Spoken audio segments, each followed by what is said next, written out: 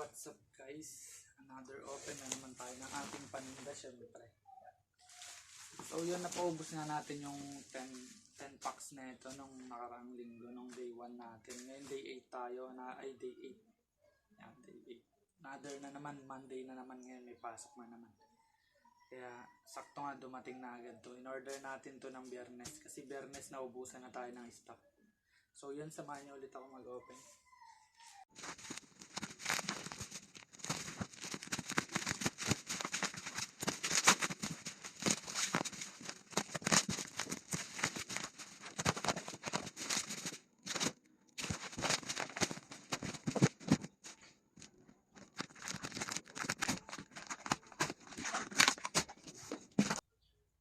So yun nga guys, eto na siya.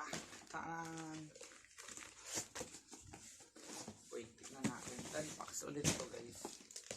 So yun yung tinubo nga natin dito, diba, napaubos natin siya. Yung tinubo natin, pinambili natin siya ng t-shirt para sa ating panibagong income, clothing. Gumawa na nga tayong clothing din natin. Siyempre, grind lang, dagdag lang tayo ng dagdag ng ano natin. Source of income siyempre. Estudyanteng madiskarte. Yan. Siya guys. Wow, ayan, ang dami na naman. Dami na namin yung paninda.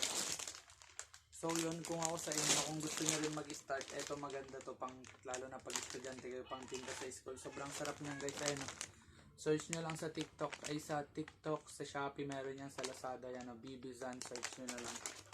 Sobrang mura lang, lalo na pag sobrang dami nyong bibilin. At mapapamura kayo. So yun, maraming salamat. Ang init rin Pakita ko yung binili natin t-shirt. So yun nga, ito nga yun, yung pinambili, yung pinagpuntahan ng ating tinubo.